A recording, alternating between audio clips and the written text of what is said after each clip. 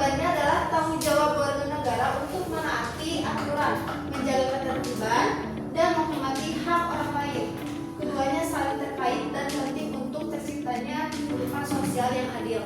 Nah, setelah kita mengetahui hak dan kewajiban, menurut kalian hak dan kewajiban kita sebagai warga negara itu penting apa tidak?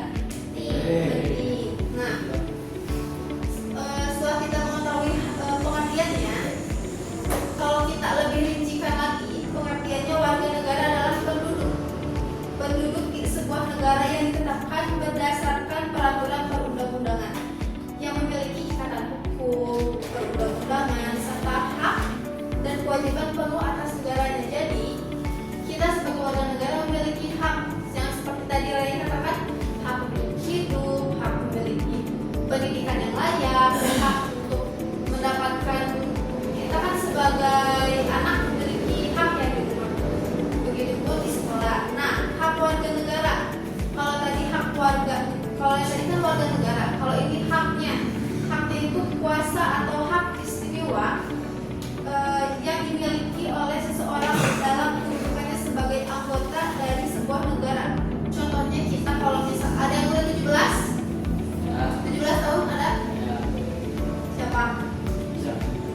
Siapa yang udah 17 tahun? Ica udah 17 tahun. Kemarin waktu pemilihan udah nyoblos belum? Nah, nanti kalau misalnya kalian udah umurnya 17 tahun, sudah bisa memilih, nah kalian memiliki hak untuk mencoblos baik itu presiden ataupun desa yang memilih itu DPR. Nah, itu kalian memiliki hak, dan hak di situ pun kalian harus bijak. Jadi jangan misalnya kalian dikasih uang, tahu kan ya kalian yang uang tempel, tahu nggak? Yang kalau misalnya kalian dikasih nanti dikasih ya uang 50.000, nanti kalian harus memilih. Memilih ya bisa. Jadi mensuap salah satunya adalah itu. Jadi kita harus bisa memilih dengan bijak. Nah, lalu kewajibannya sebagai warga negara kita apa? Salah satunya tugas yang atau tindakan yang wajib kita lakukan oleh kita sebagai warga negara, atau kita sebagai pelajar, kita sebagai orang yang sudah dewasa, umurnya sudah layak untuk memberikan kewajiban, salah satunya adalah membayar pajak. Kita kalau misalnya makan ke restoran atau makan ke kafe, makan itu memiliki pajak, betul? Betul, pajak makan misalnya 10%. Nah, itu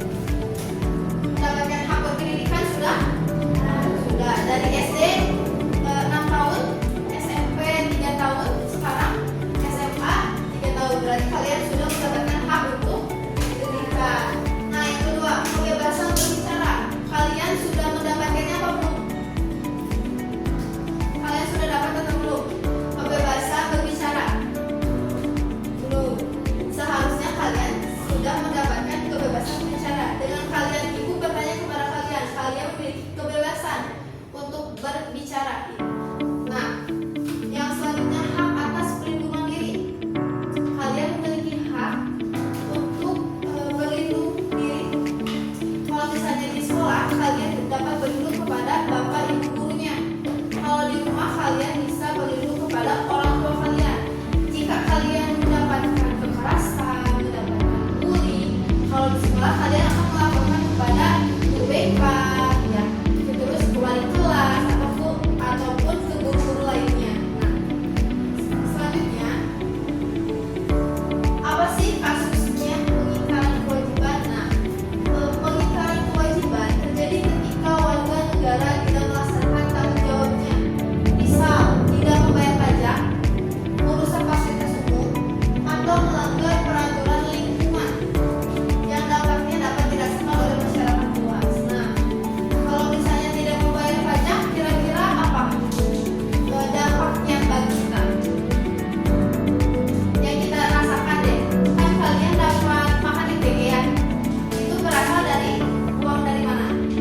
Dari pajak, betul. Dari pajak yang kita oleh masyarakat dialokasikan kepada pajak, diolah oleh pemerintah ke dana untuk MBG, untuk dana MBG untuk kita makan, terus untuk dana pendidikan, itu salah satunya berasal dari pajak. Tapi kalau misalnya tidak terlaksananya pembayaran pajak ini, misalnya menunggak atau abai, kira-kira apa dampaknya yang kita rasakan? Ada yang tahu? Kira-kira kalau misalnya kita tidak membayar pajak, dampaknya apa bagi kita? Apa? Ada yang tahu? Dampaknya salah satunya itu kita tidak bisa merasakan keadilan. Kenapa? Karena kan kita sebagai rakyat, kita sebagai masyarakat kan saling menolong, tolong-menolong. Kita kan dari rakyat, iya dari rakyat untuk kita lagi, dari rakyat untuk rakyat oleh rakyat, ya. Berarti kalau misalnya pajak itu kita kan dari pemerintah telah dialokasikan, walaupun dari pemerintah itu hasil dari pemerintah, padahal lebih nyatanya adalah dari kita sebagai rakyat, namun dialokasikan oleh pemerintah, dari pemerintah ke kita kembali. Nah, salah satu itu. Lalu merusak fasilitas umum. Jika merusak fasilitas umum baik apa tidak? Tidak, ya. Berarti jika merusak fasilitas umum berarti itu tidak baik, itu melanggar dari aturan-aturan yang telah ditetapkan. Yang selanjutnya itu melanggar peraturan lingkungan. Nah, kalau misalnya melanggar peraturan lingkungan sekolah, salah satunya apa? Melanggar peraturan lingkungan di sekolah. Ada yang tahu? Bisa. Ya, itu salah satu melanggar peraturan sekolah. Nah, kalau di lingkungannya, ini mah kalau kalian upacara, kalian pasti mendengar dari pembina upacara. Itu kalau misalnya baiknya, kalau buruknya. Kalau misalnya ini dampak yang dirasakan itu melanggar peraturan lingkungan sekolah, salah satunya itu buang sampah sembarangan. Nah, berarti kita jangan buang sampah sembarangan karena melanggar peraturan lingkungan yang merupakan kasus dari pengingkaran kewajiban. Kewajiban kita adalah menjaga lingkungan, baik itu di rumah, di sekolah, di kelas. Jangankan untuk kewajiban menjaga lingkungan di sekolah, diri kita pun bertanggung jawab untuk menjaga kebersihan, baik itu dalam diri, misalnya mandi, terus menggunakan pakaian yang bersih, itu salah satunya. Nah, dampaknya itu pelanggaran hak dapat menimbulkan ketidakadilan, diskriminasi, dan hilangnya rasa aman. Masyarakat yang tidak peduli terhadap hak orang lain beresiko menimbulkan konflik sosial dan mengurangi kualitas hidup bersama. Nah, selanjutnya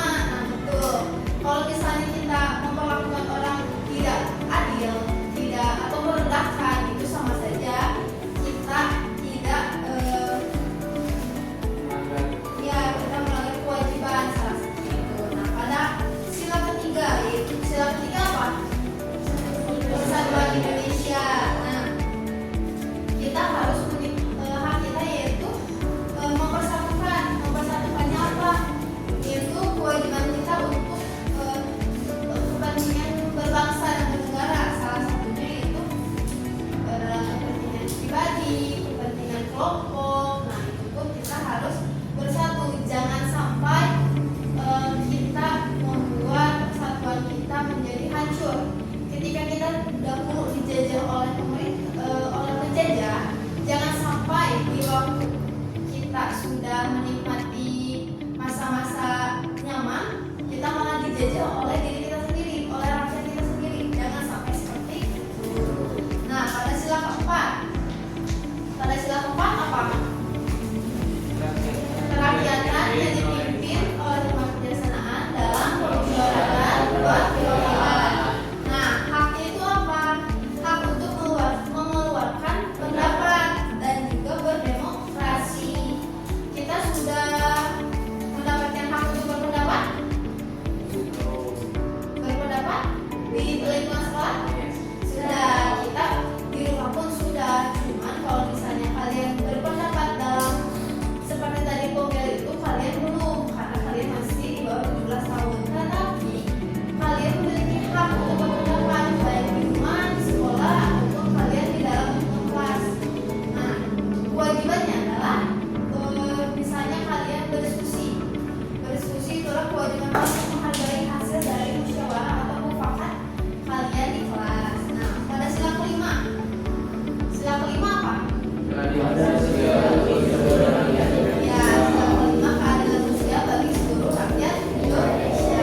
Kita memiliki hak yang kita dapatkan secara keadilan itu, kita mendapatkan hak untuk bersekolah.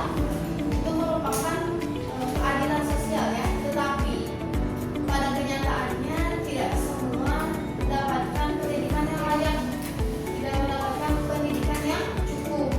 Nah, kita pada akhirnya memiliki kewajiban untuk belajar dengan rajin, belajar dengan tekun agar hak yang kita dapatkan yang tidak didapatkan oleh orang lain bisa kita rasakan. Nah, ada yang ditanyakan?